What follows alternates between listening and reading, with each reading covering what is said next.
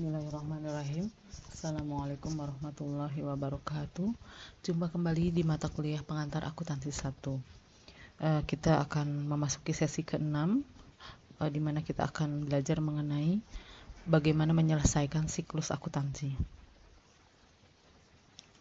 Apa yang akan kita pelajari pada sesi ke-6 ini adalah bagaimana kita mempelajari beberapa langkah ya. Jadi ada 7 atau lebih ya langkah dasar dalam siklus akuntansi. Kemudian kita belajar juga worksheet atau neraca lajur.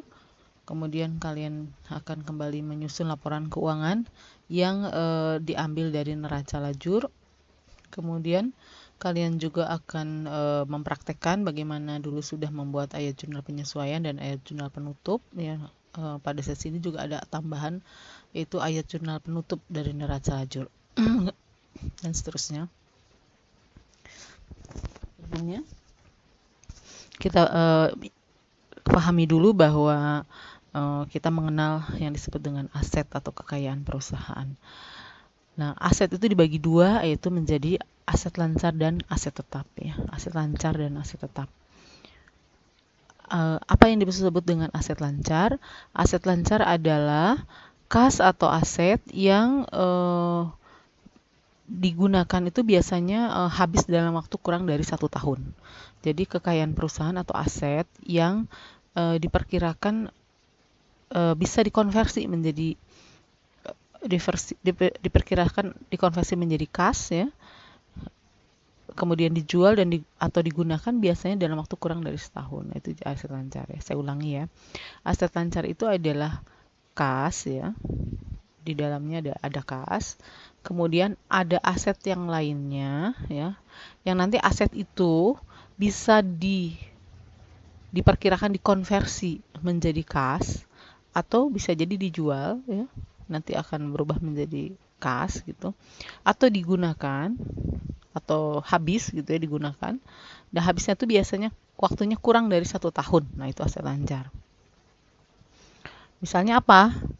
Ya, ada wesel tagih, piutang usaha, perlengkapan, dan beban dibayar di muka lainnya. Jadi selain kas itu ada wesel tagih, ada piutang. Nah, piutang usaha itu adalah aset kekayaan perusahaan, tapi tidak dalam bentuk tidak dalam bentuk liquid gitu ya. Tapi dia bisa dicairkan gitu ya, dengan cara misalnya dijual atau bisa dipakai langsung habis atau dihabiskan dalam waktu kurang dari 1 tahun. Jadi yang termasuk ini salah satunya adalah kas, wesel tagih, piutang usaha, perlengkapan, beban dibayar di muka. Nah, kemudian berikutnya, tapi ada beberapa pengecualian. Ya, memang ada beberapa pengecualian, tapi prinsip yang berlaku itu seperti itu, bahwa aset tetap itu yang seperti tadi aset lancar itu sudah saya jelaskan sebelumnya. Kemudian ada juga peralatan kantor, mesin ya. Ini mungkin mesin lebih dari 1 tahun, bangunan dan tanah akan muncul di bawah judul aset tetap. Jadi aset yang sifatnya lebih dari 1 tahun seperti peralatan kantor, mesin kan lebih dari 1 tahun, bangunan lebih dari 1 tahun, tanah ini munculnya di bawah aset tetap gitu ya. Kemudian kewajiban juga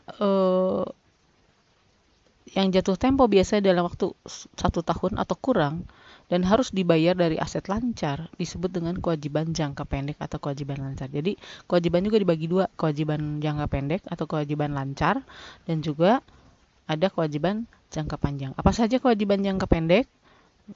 Satu, utang usaha ya, utang gaji, utang bunga, pendapatan diterima di muka. Nah, ini biasanya kan jatuh temponya kurang dari 1 tahun, maka ini yang disebut dengan kewajiban lancar atau kewajiban jangka pendek.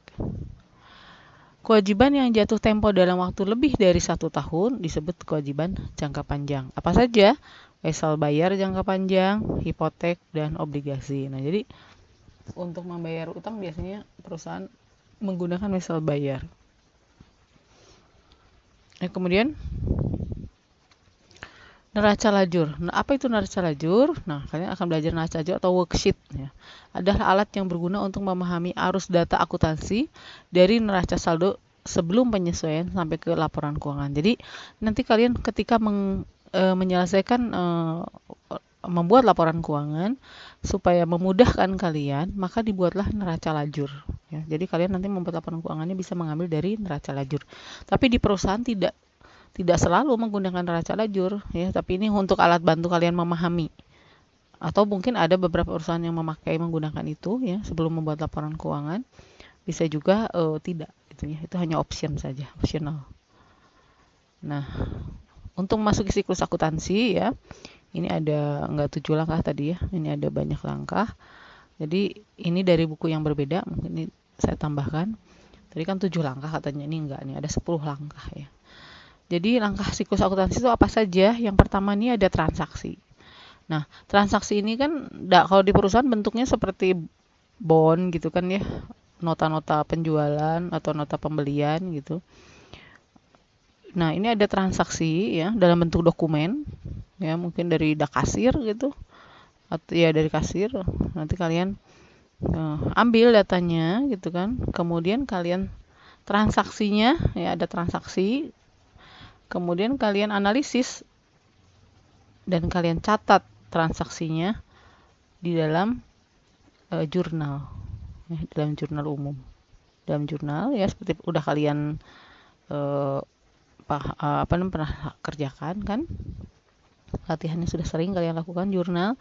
Jadi ada transaksi, kalian catat transaksinya, apakah ini kas pada bahan habis pakai gitu kan, kemudian bahan habis pakai pada utang kredit misalnya, pada utang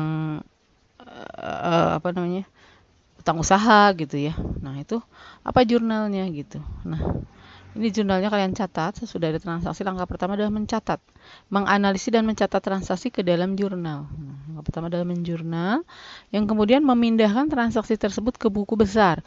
Jadi dari jurnal ini kalian kemudian akan mencatat ke dalam buku besar ya atau ledger yang isinya adalah akun masing-masing akun. Jadi kalau kalian di sini ada kas, kalian pindahkan ke dalam akun kas. Utang kalau dia debit, pindahin ke debit. Kemudian ada kas lagi yang kredit, kalian pindahkan ke sini di kredit kalian. Kemudian kalian cari lagi tanggal berapa ada transaksi kas, kalian pindahkan lagi ke kas. Kalau debit simpan di debit, kalau kredit simpan di kredit. Kemudian kalian hitung saldonya berapa. Ya kan, dari sini saldonya berapa.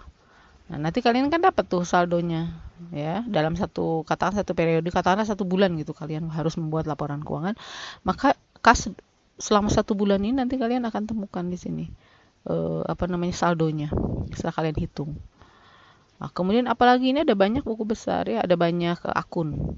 Nah, misalnya akun yang kedua adalah bahan habis pakai. Nah, ini adalah bahan habis pakai. Semua yang ada bahan habis pakai kalian pindahkan ke sini. Debit simpan di debit, kredit simpan di kredit, kemudian nanti dihitung saldonya. Nah, ini nanti ada saldo akhir untuk bahan habis pakai untuk 1 periode. Ini kemudian apa? Misalnya peralatan lah dan sebagainya.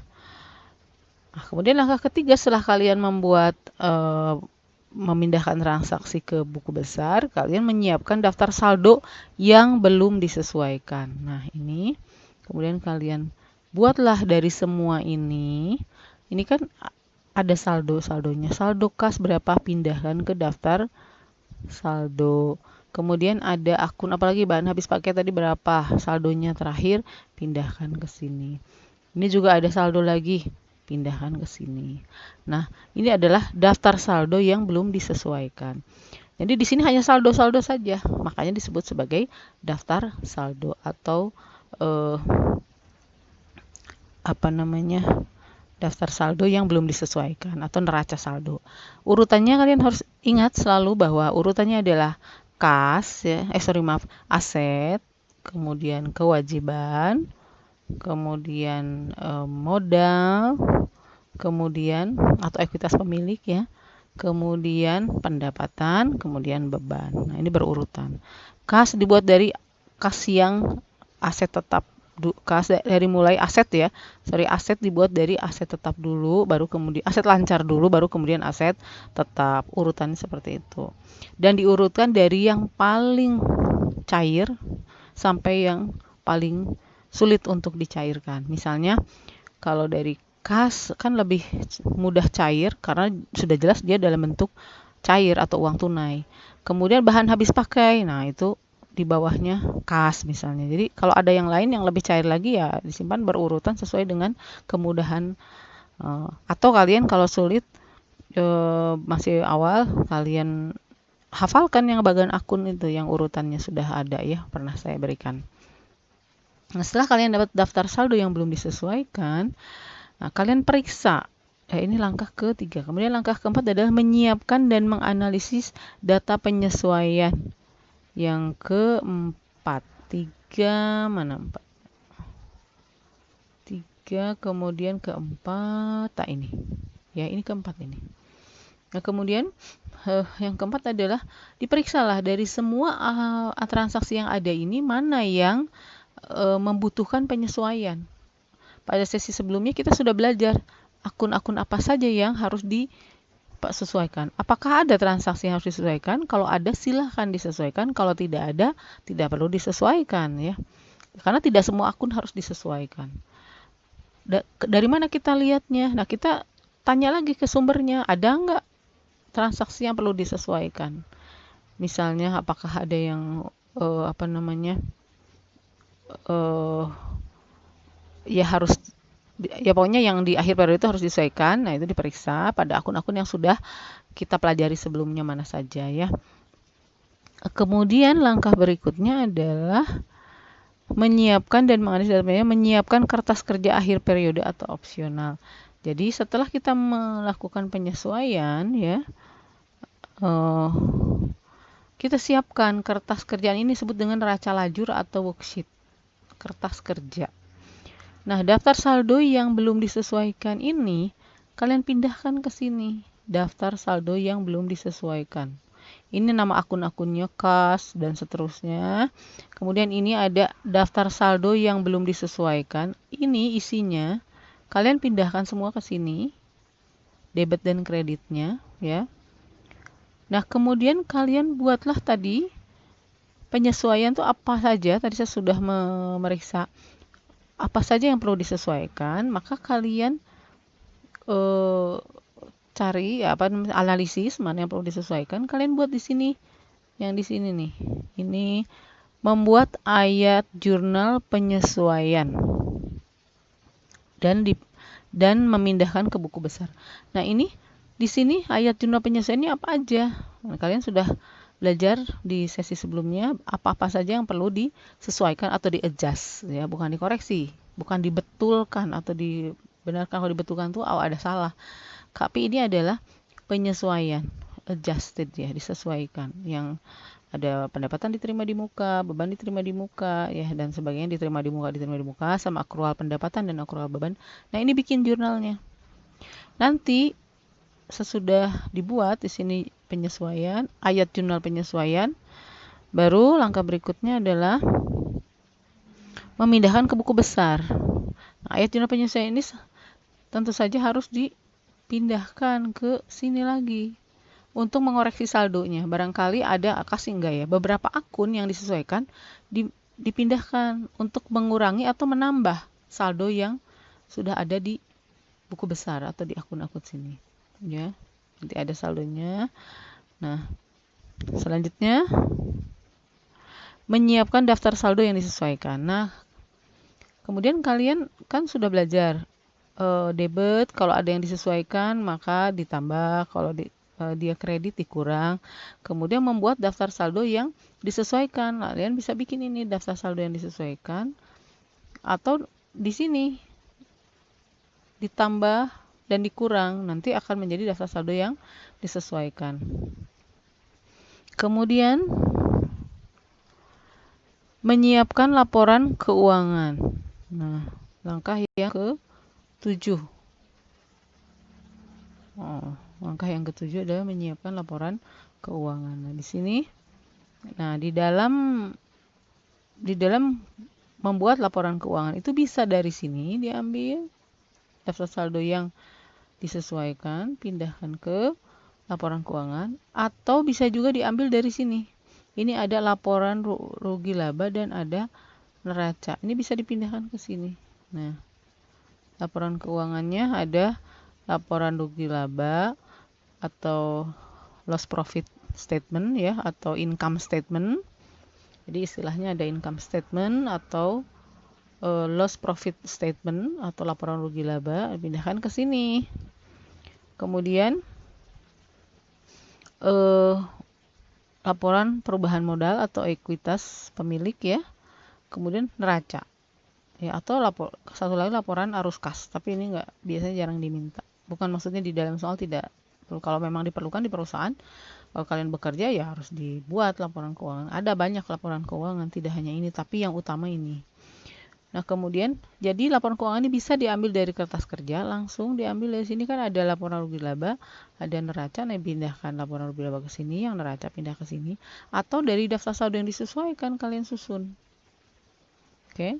Nah, kita sudah dapat laporan keuangan sekarang.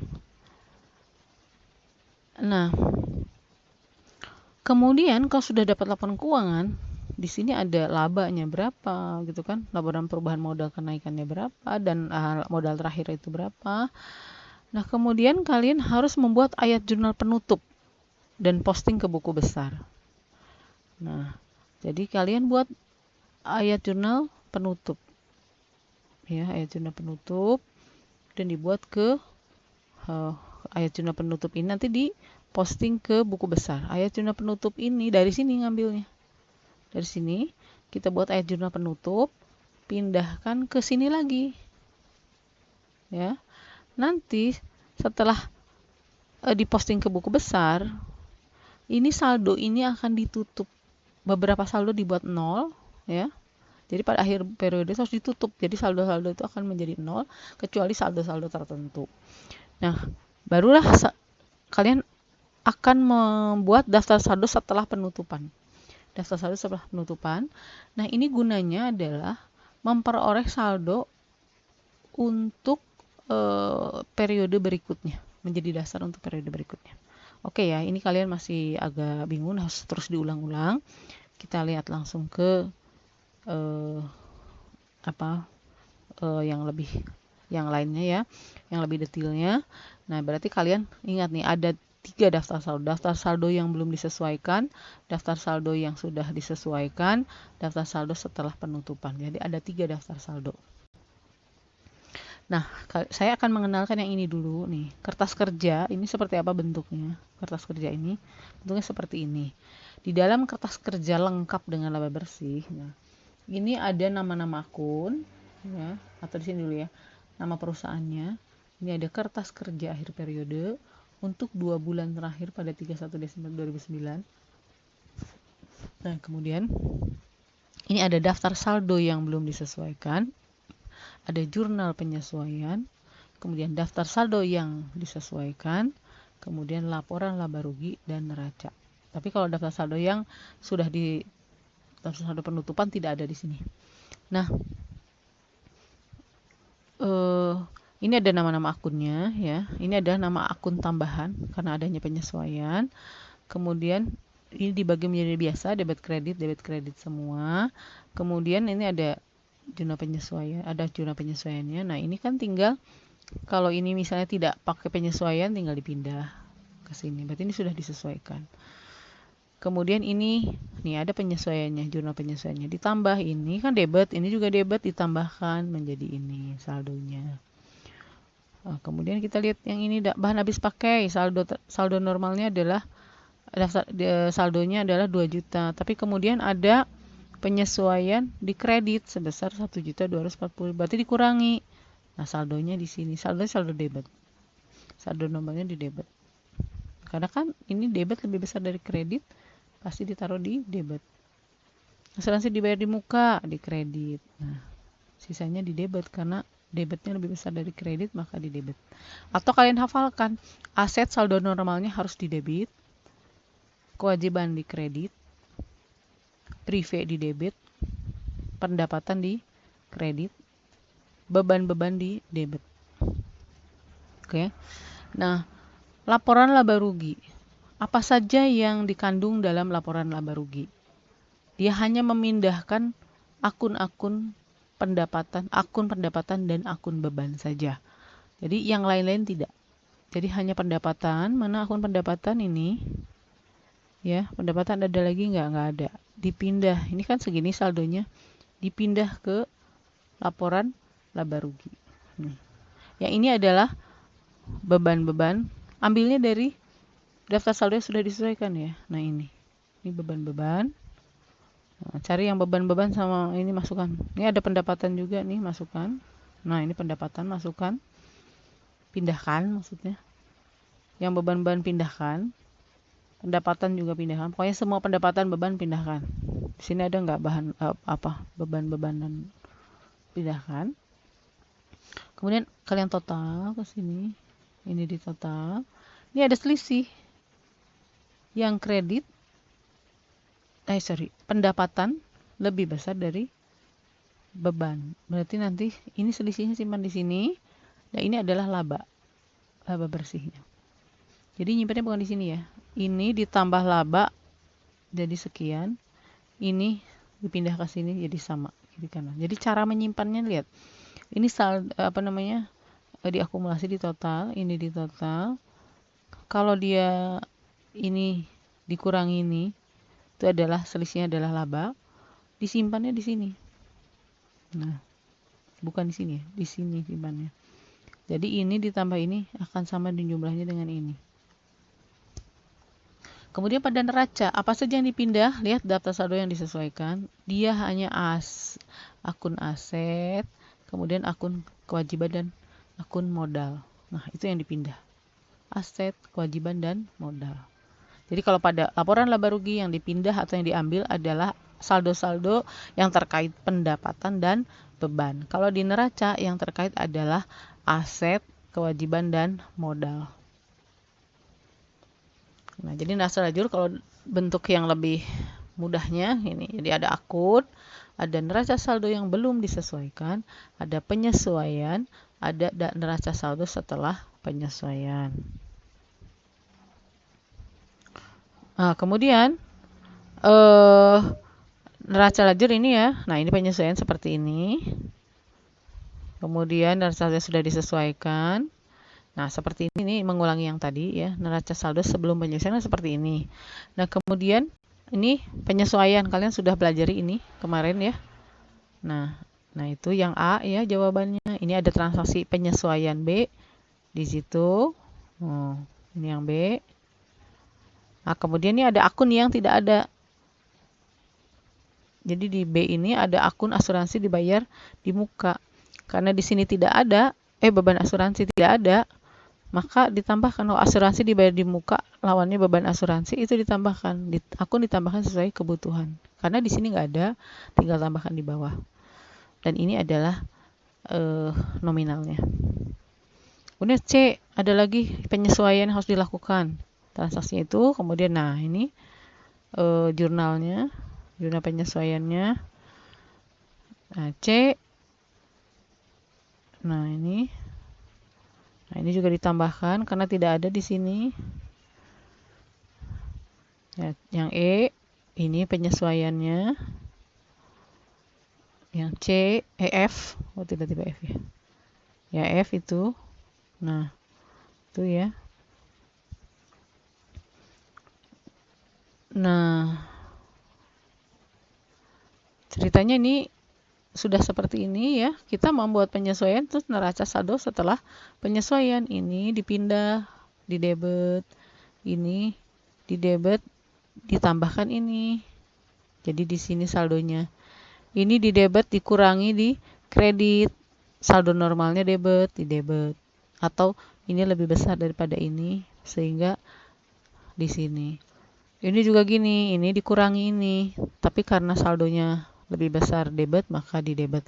Atau kalian hafalkan ini saldo 2.400 dikurangi, ini kan debit, dikurangi kredit 100 jadi 2.300. Simpannya di mana?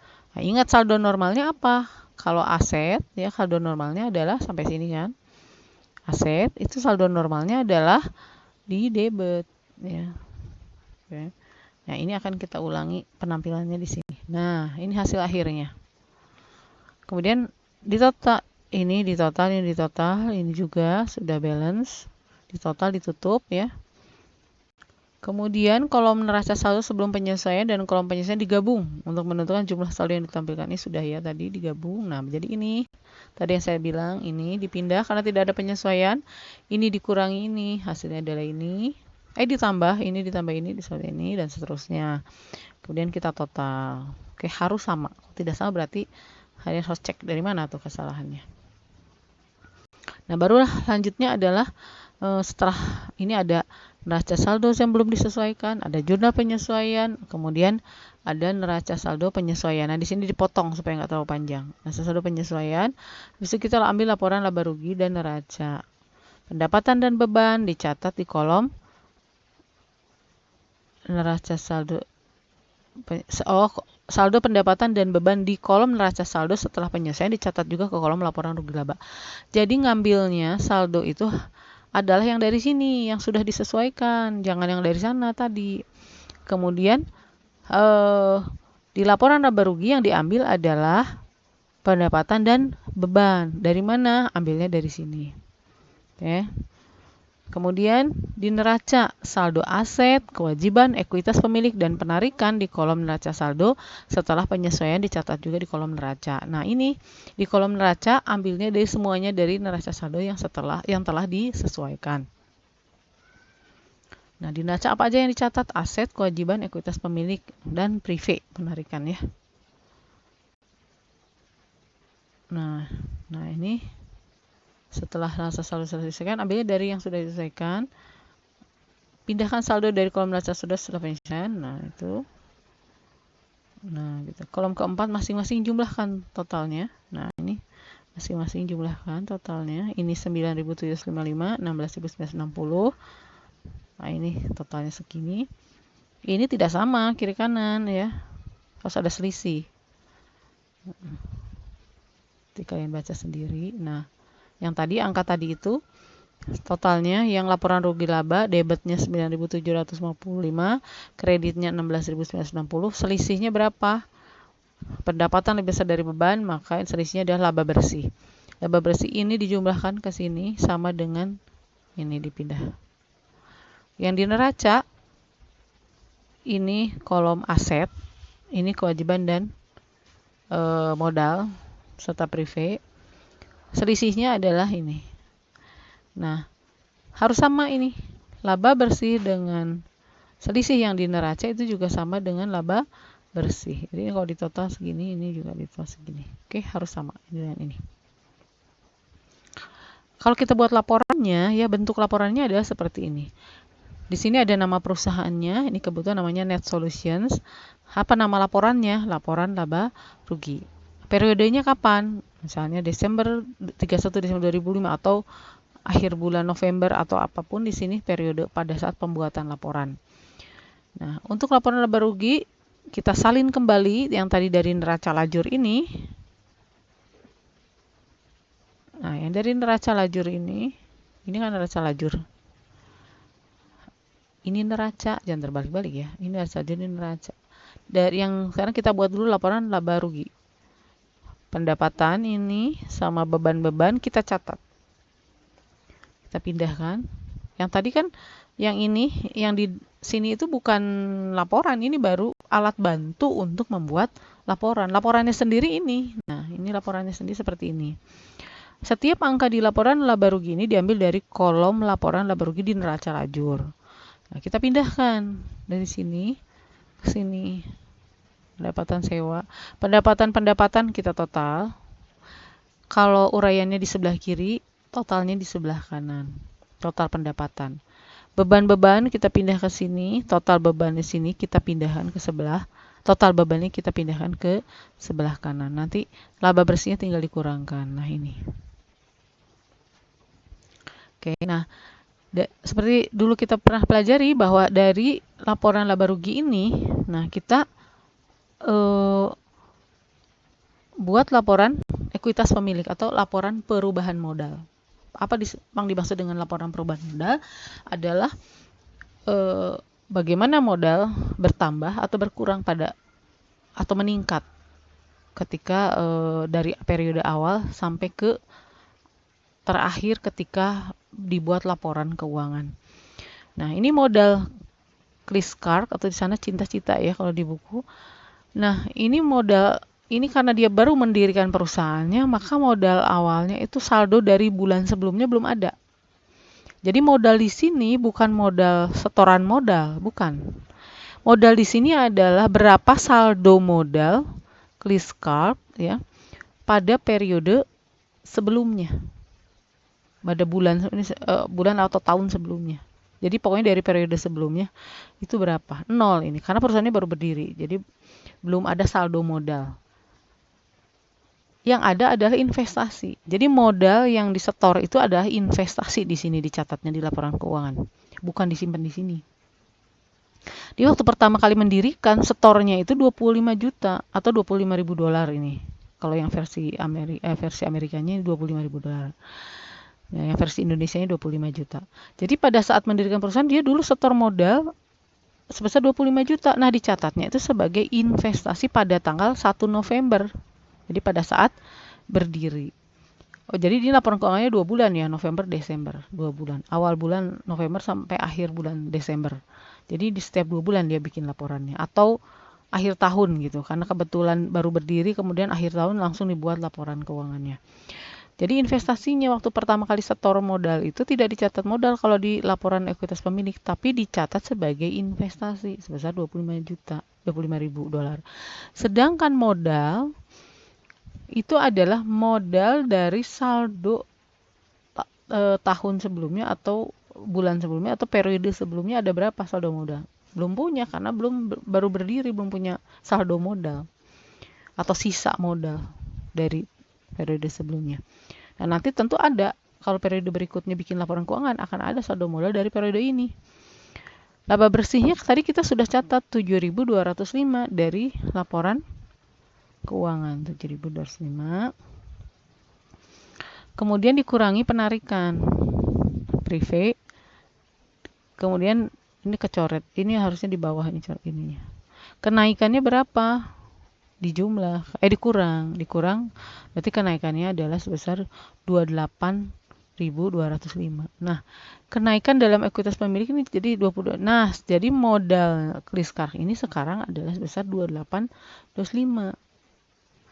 Angka laba bersih diperoleh dari kolom debit neraca di neraca lajur atau di laporan laba rugi ya. Kemudian berikutnya kita buat neraca. Semua yang aset-aset dipindah ke sini, dijumlahkan. Ini uraiannya simpan sini, totalnya simpan sebelah kanan.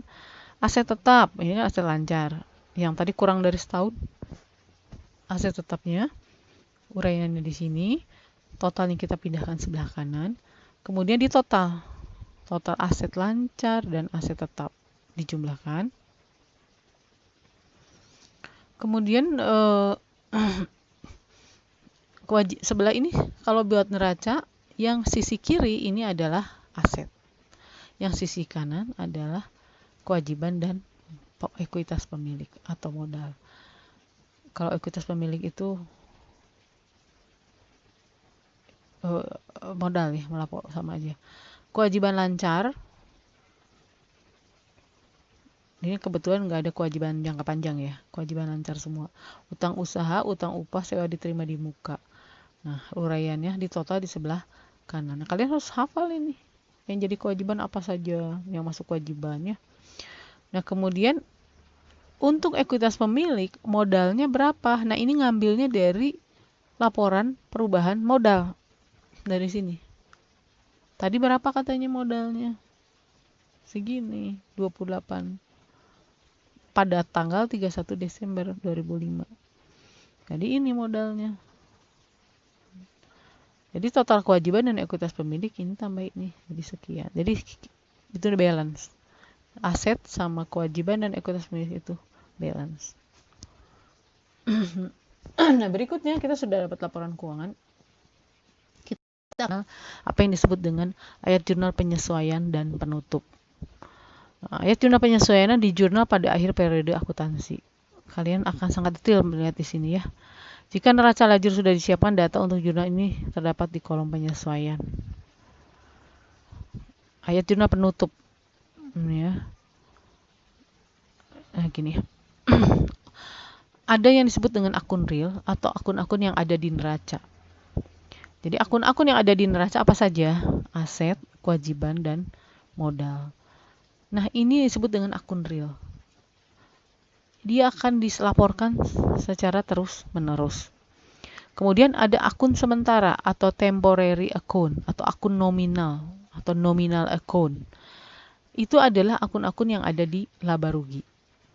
Saldonya melaporkan jumlah untuk satu periode. Nah, jadi pendapatan dan beban itu harus nol. Nah, tadi kan ada saldonya, nanti kita harus nol kan. Jadi saldo akun harus nol pada awal periode. Caranya bagaimana? Nah, jadi akun-akun yang ada di laba rugi kita harus nolkan. Ya. Jadi di periode awal tuh jangan dibawa terus di nolkan.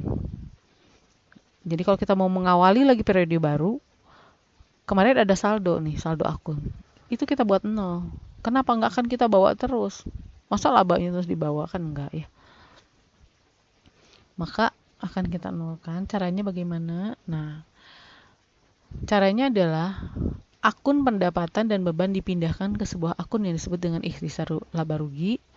Akun clearing atau akun clearing sama dengan revenue dan expense summary, profit and loss summary atau laporan rugi laba.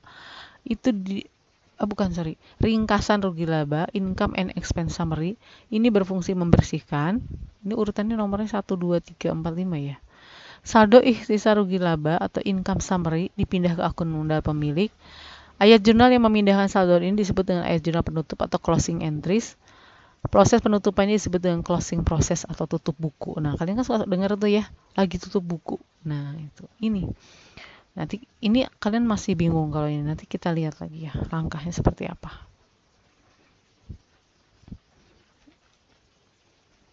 Nah, ini proses tutup buku. Kalian harus siapkan ya. Jadi kalian kan punya akun-akun yang terakhir tuh sesudah buku besar itu ada beban upah, beban sewa, beban penyusutan, beban utilitas, beban-beban kehidupan ini, beban kehidupan perusahaan. Kemudian ini ada akun-akun pendapatan. Nah, ya kita akan tutup ini. Ini kan ada saldonya nih, pendapatan saldonya di kredit, pendapatan jasa, pendapatan sewa di kredit, beban-beban di debit, ya. Bagaimana caranya? Kemudian siapkan juga akun modal. Kan kemarin ada akun modal 25 juta yang buku besar. Ini bentuknya adalah akun T. Ini hanya untuk memudahkan penulisan supaya kalian tidak perlu menyajikan buku besar itu yang garisnya banyak. Nah, ini untuk memudahkan ilustrasi ya. Jadi kita buat dalam bentuk seperti ini. Jadi ada yang disebut dengan ikhtisar laba rugi. Kemudian langkah 1, debit setiap akun pendapatan sebesar saldonya. Nih, debit setiap akun pendapatan sebesar saldonya. Saldonya berapa? 16.840. Debit, ini kan di kredit. Kita debit. Kemudian kredit pada ikhtisar laba rugi sebesar angkanya berapa? Total saldonya. Atau ini kan di kredit pendapatan, masukkan ke pendapatan laba rugi di kredit juga. Gitulah kalau kalian. Ini kan di kredit, di debit di pendapat jasa. Kalau ini di kredit, kemudian kita debit, ini kan jadi 0. Kemana? Dipindah ke sini. Jadi akun kalian itu akan menjadi 0 ini nantinya. Jadi kalau memasuki periode baru, akun ini akan jadi 0. Bagaimana caranya di 0 kan?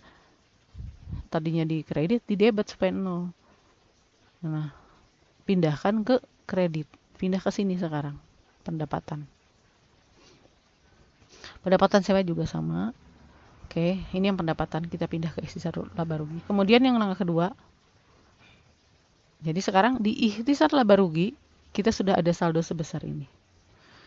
Kemudian yang beban-beban total semuanya berapa? Kan tadinya ini saldonya kalau di akun beban upah kan saldonya di debit ya. Kita nolkan dengan cara kita kredit. Di debit segini 4.500, di kredit 4.500, jadi nol kan. Maka di buku besar kita akun itu sudah jadi nol nanti. Saldonya menjadi nol. Ini juga saldonya menjadi nol. Kemana ini semua? Kita total, kita pindah ke ikhtisar laba rugi atau summary. Summary itu jadi maksudnya ringkasannya. Ini diringkas si beban-beban ini di sini. Tadinya di debit, di sini juga menjadi di debit. Ini adalah beban, yang ini pendapatan. Oke. Itu langkah kedua. Saya ulangi ya. Langkah ke-1, pendapatan. Tadinya di kredit, kita pindahkan ke ikhtisar laba rugi, ditampung di sini. Dibersihkan di sini. Ini jadi 0, pindahin ke sini.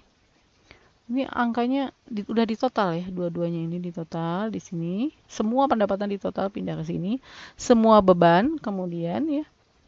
Langkah kedua, semua beban dipindah ke sini. Kemudian langkah berikutnya apa? Nah, selisihnya ini berapa? Ikhtisar laba rugi ini sudah dinolkan semua. Sekarang kita punya pada periode setelah kan 31 Desember 2005 tadi. Kita sekarang akan memasuki bulan Januari 2006. Nah, pada bulan Januari 2006 ini sudah nol semua. Akun-akun beban ini sudah nol. Akun pendapatan juga sudah nol.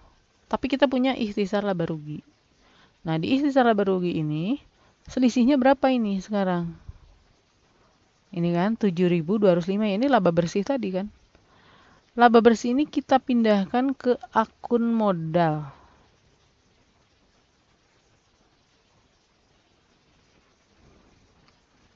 Di kredit, ya kan? Ini kan di debit. Di kredit. Oke. Di kredit ya.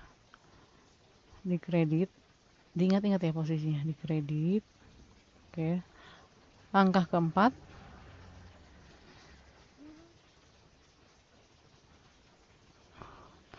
kemudian penarikan dipindah ke penarikannya ada berapa? Ada 4.000 saldonya di debit, kita kredit, pindahin lagi ke debit. Ya, pokoknya kalau ibu sih lebih mudah ini debit, pindah juga ke debit gitu ya. Maka pindah semua ke sini sekarang. Oke.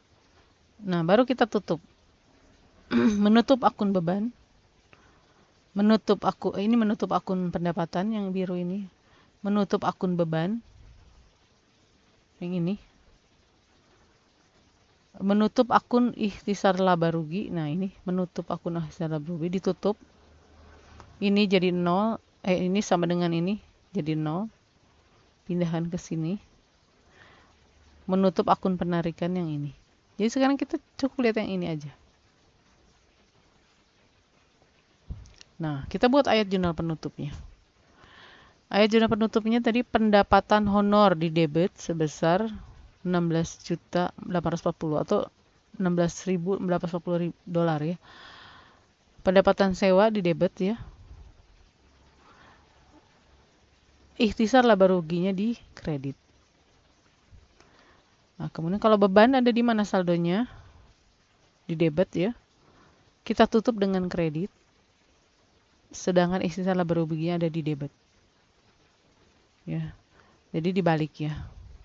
Kemudian ikhtisar laba rugi berapa? Ikhtisar laba ruginya 7.105. Modal cinta-cinta 7.105. Prive 4.000, ini juga ditutup. Ayat jurnal penutupnya jadi gini, lihatnya dari sini. Yang pertama adalah pendapatan. Tadinya kan pendapatan itu saldonya di kredit. Kita pindah di debit. Ditutup, dinolkan oleh ikhtisar laba rugi. Sebesar ini ditambah ini. Oke, udah ya. Sekarang beban. Pertama ditutup pendapatan, kemudian ditutup beban. Beban-beban ada berapa? Apa saja? Tadinya kan beban itu saldonya ada di debit, kita kredit sebesar ini. lawannya adalah ikhtisar laba rugi. Kemudian modal, cita-cita dari mana? Nah, dari ikhtisar laba rugi. Tadi kan ikhtisar laba rugi selisihnya berapa? Antara pendapatan dan beban. Nah, ini modalnya tadi sudah di debit ya. Kemudian saldo normalnya di kredit. Maka ikhtisar laba ruginya di debit. Prive-nya berapa? Prive itu saldo normalnya di mana? Prive di debit. Ini ikhtisar laba ruginya di kredit. 4.000 tadi dolar ya, atau 4 juta lah boleh. Nah, supaya kalian lebih jelas ya, menyelesaikan siklus akuntansi, kalian buka buku Riff and Warren, coba di halaman 174 sampai 195 itu kalian ulangi prosesnya dari proses perawal sampai proses akhir, kalian akan bisa menyelesaikannya. Nah, tadi kita selesaikan lagi ya. Setelah ayat jurnal penutup diposting, ya, semua akun nominal memiliki saldo nihil. Jadi ayat jurnal ini kita posting.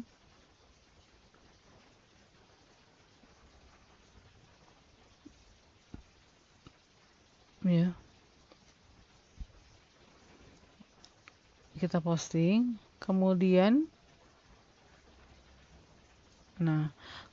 kita posting ke akunnya masing-masing ya. Kas tadi tetap kan, piutang usaha tetap, perlengkapan asuransi tetap. Nah, jadi sekarang untuk neraca saldo penutup, neraca saldo kalian di awal tahun ya.